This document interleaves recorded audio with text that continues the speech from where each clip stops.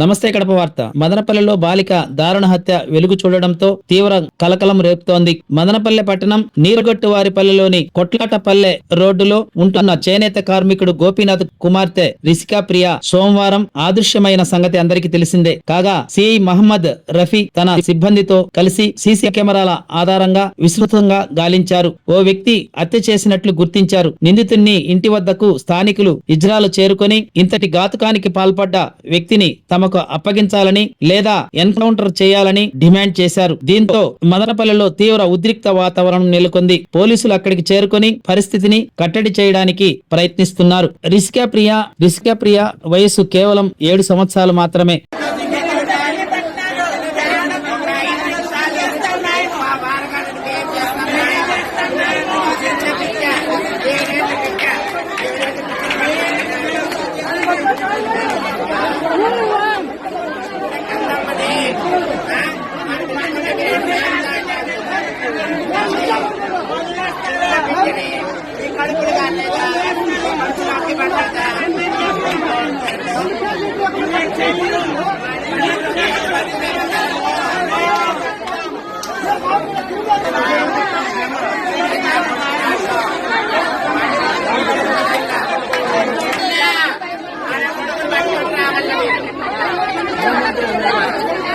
ప్రతి ఒక్కరూ తప్పనిసరిగా యూట్యూబ్లోకి వెళ్ళి కడప వార్తను లైక్ చేయండి, సబ్స్క్రైబ్ చేయండి.